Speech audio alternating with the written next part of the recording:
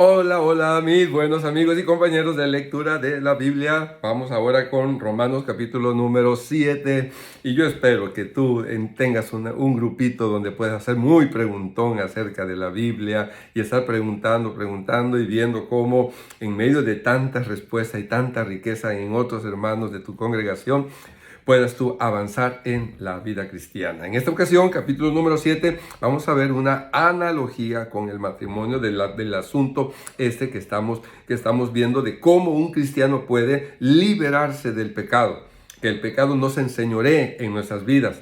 Y hay una analogía y después vamos a ver el testimonio del apóstol Pablo cuando él andaba antes sin el conocimiento de Cristo, bajo la ley, bajo el dominio de la ley mosaica, como buen judío que era este precioso apóstol de Jesucristo, Pablo, Saulo de Tarso.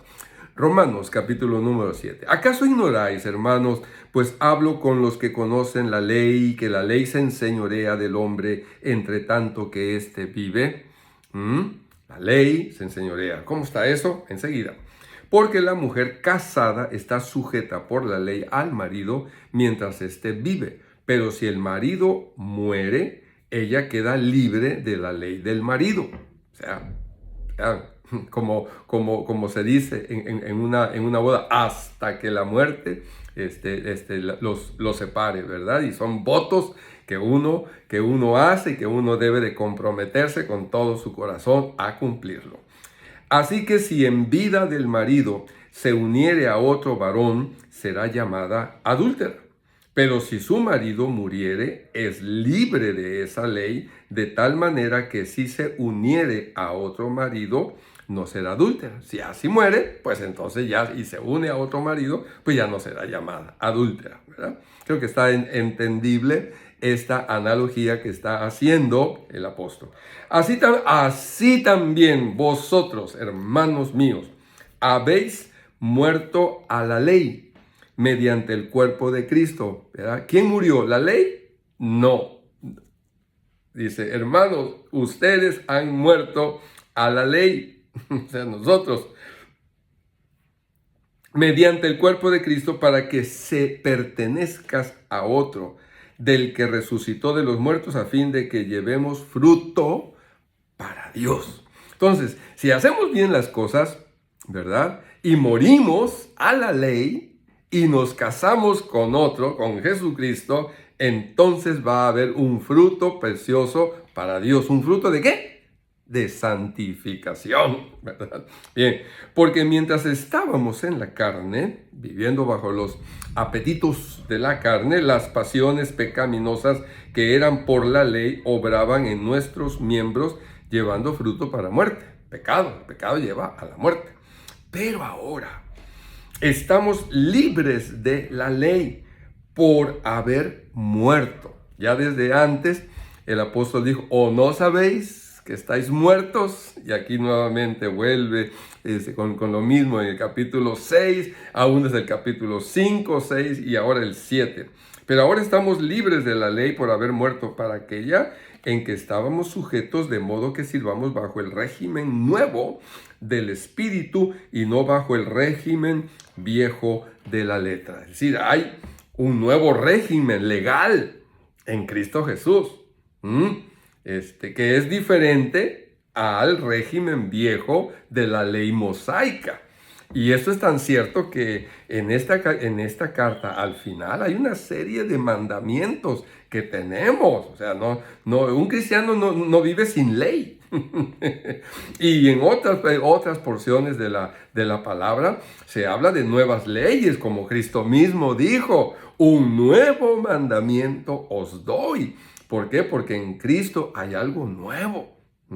Así que dejemos de estar cargando la situación de la ley que fue con los judíos y que realmente los judíos no han demostrado una santificación de vida, sino una religiosidad y ateísmos en muchos casos de los judíos. Bueno, es muy importante eso porque por el fruto se conoce el árbol.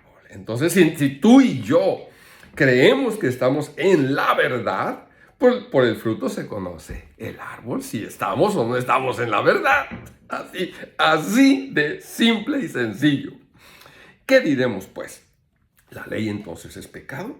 En ninguna manera. Defiende Pablo a la ley. Pero yo no conocí el pecado sino por la ley, porque tampoco conociera la codicia si la ley no dijera no codiciarás. Mas el pecado tomando ocasión por el mandamiento. Mire, y aquí está tomando el pecado como si fuera un ser poderoso que domina a la persona. Y no, cuidado, es una metáfora. Cuidado, es una metáfora. Y debemos de ser cuidadosos a la hora de interpretar la Biblia de cuando son metáforas, cuando son cosas simbólicas y cuando son cosas reales. Claro que detrás de toda metáfora, de toda parábola, de toda hipérbole, hay una realidad, por supuesto, pero debemos ser cuidadosos. Entonces, más el pecado, tomando ocasión por el mandamiento, produjo en mí toda codicia, porque sin la ley, el pecado está muerto. Pues si no hay una ley, ¿verdad?, que diga prohibido agarrar el carro y avanzar a 200 kilómetros por hora, pues si no hubiera una ley que lo prohibiera, pues uno puede darle a 200 kilómetros por hora. Sí, pero existe una ley que lo dice bien. Y verso 9. Y yo sin la ley vivía en un tiempo, pero venido el mandamiento, el pecado revivió y yo morí. Y hallé que el mismo mandamiento que era para vida, a mí me resultó para muerte. Es una experiencia personal. Porque el pecado, tomando ocasión por el mandamiento, me engañó y por él me mató. Nuevamente, ese aspecto metafórico, ¿verdad? De manera que la ley a la verdad es santa. Qué importante eso. Y el mandamiento santo, justo y bueno. Entonces luego lo que es bueno vino a ser muerte para mí. En ninguna manera, sino que el pecado, para mostrarse pecado, produjo en mí la muerte por medio de lo que es bueno, a fin de que por el mandamiento el pecado llegase a ser sobremanera pecaminoso. O sea, cuando el pecado llega, y no todos los pecados, pero hay algunos pecados que llegan a dominar la vida del ser humano, y bueno, pues eso es notorio, eso es muy notorio. Porque sabemos que la ley es espiritual, mas yo soy carnal, vendido al pecado. Porque lo que hago no lo entiendo, pues no hago lo que quiero, sino lo que aborrezco, eso hago. Es una lucha interna. ¡Wow! Tremendo testimonio del apóstol. Y si lo que no quiero, esto hago, apruebo que la ley es buena. ¿Ah? Por supuesto. De manera que ya no soy yo quien hace aquello, sino el pecado que mora en mí. Permítame, por favor, aquí darle un poquito más de brillo. Y eso está bien. Y yo sé que en mí, esto es en mi carne, no mora el bien. ¡Wow! Tremenda reconocimiento cuando tú y yo podemos decir como el apóstol Pablo, yo sé que en mi carne no mora el bien. Porque el querer el bien está en mí, pero no el hacerlo. No lo logro. Porque no hago el bien que quiero, sino el mal que no quiero, eso hago. Y si hago lo que no quiero, ya no lo hago yo, sino el pecado que mora en mí. Ahora, ojo, esto es metafórico. Porque si esto no fuera metafórico, entonces la culpa es del pecado, no es mía. ¿Se dan cuenta?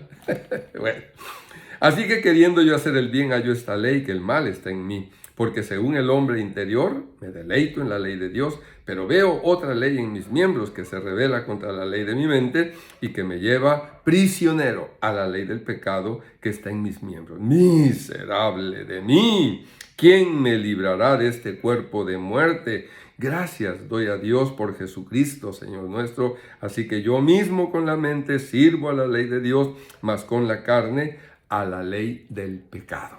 Así que termina este capítulo con esta lucha, con este jaloneo interior, ¿verdad? Que hay que había en Pablo y que puede haber en tu vida y seguramente lo hay en tu vida y en mi vida, ¿verdad? Y ese jaloneo interior es el que a veces nos hace pecar, pero por la gracia de Dios nos levantamos, nos liberamos y ahí vamos en la lucha y otra vez a veces nos hace pecar y ahí estamos con la lucha. Pero en el próximo capítulo vamos a tener el camino de la libertad perfecta. Y si encontramos ese camino, vamos a dejar de sufrir tanto con ese jaloneo interno que tenemos. Mi hermano, mi hermana, Dios te bendiga y te guarde y haga resplandecer su rostro sobre ti, te llene con su bendita paz. Nos vemos en la próxima.